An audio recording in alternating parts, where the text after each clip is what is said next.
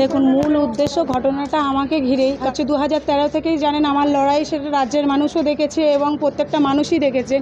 সেই ক্ষেত্রেও তো কম অত্যাচার আমার উপরে হয়নি। বিজেপি করার অপরাধে টুম্পা কয়ালের স্বামী বিশ্বজিৎ মণ্ডলকে মারধরের অভিযোগ উঠল তৃণমূলের বিরুদ্ধে। এমনই ঘটনা ঘটেছে নিউ টাউনের আর্ট কলেজের কাছে। আকন্দ কেশরের বাসিন্দা টুম্পা কয়ালের স্বামী কাজ থেকে ফিরে আর্ট কলেজের কাছে চায়ের দোকানে বসেছিল। সেই সময় পাশ দিয়ে তৃণমূলের বিজয় মিছিল যাচ্ছিল। সেই মিছিল থেকেই একদল তৃণমূল কর্মী টুম্পা কয়ালের স্বামীকে ঘিরে অকথ্য ভাষায় গালিগালাজের পাশাপাশি বেধড়ক মারধর করে বলে অভিযোগ। আহত অবস্থায় জিরেনগাছা ব্লক প্রাথমিক স্বাস্থ্য কেন্দ্রে ভর্তি করা হয়। সেখানেই চিকিৎসা শুরু হয়। দেখুন, মূল উদ্দেশ্য ঘটনাটা আমাকে ঘিরেই, কারণ এই 2013 থেকেই জানেন আমার লড়াই, সেটা রাজ্যের মানুষও দেখেছে এবং প্রত্যেকটা মানুষই দেখেছেন। সেই ক্ষেত্রেও তো কম অত্যাচার আমার উপরে হয়নি। মূল উদ্দেশ্যটা আমাকে ঘিরেই ওদের মূল উদ্দেশ্য ছিল। সেটা তো আর কি, আমার উপরে অনেক রকমভাবে টর্চার চলে এসছে, বোম ফেলা থেকে শুরু করে সব রকম চেষ্টাই করেছিল। আমার আন্দোলনকে তো বন্ধ করতে পারিনি, কারণ আমার আন্দোলনটা ছিল রানীর নির্যাতনের বিরুদ্ধে।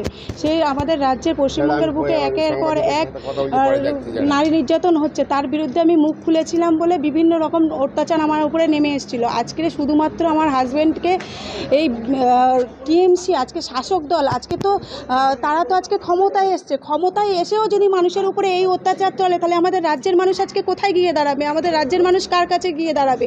আজকে তারা ক্ষমতায় থেকেছে বলে তাকে উপরে এই অত্যাচার, তাকে এমনভাবে মারা হয়েছে সে কথা বলার মতো অবস্থায় নেই। তাকে এলো পাতাড়ি লাথি মেরেছে, যেখানে খুশি সেখানে মেরেছে, তার দম ফেলার মতো অবস্থা ছিল না। তাকে কোনো রকমে আমরা ধরে নিয়ে এসেছি, মেডিকেল করেছি। আমরা টেকনোসিটি থানাতে তার নামে একটা অভিযোগ জানাবো, কারণ তারা ক্ষমতায় আছে বলে সাধারণ মানুষের উপরে এত অত্যাচার করতে পারে না। আর মানে কজন মিলে এসেছিল আর কারা? ওরা 4-5 জনা টিএমসির ছেলেরা এসেছিল।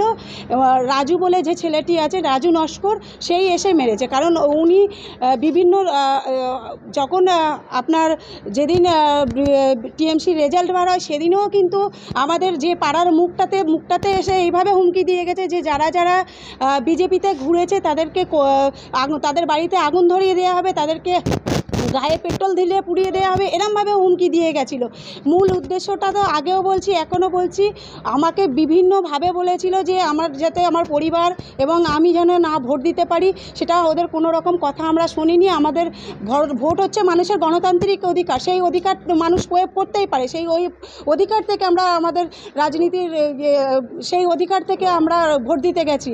সেটাই হচ্ছে মূল উদ্দেশ্য, আমরা ভোট দিতে গেছি এই কারণটাই। এবং যে দোষী তার জন্য দৃষ্টান্তমূলক সাজা হয়, এই দাবিই করব। এখানে কি টেস্ট করতে দিয়ে?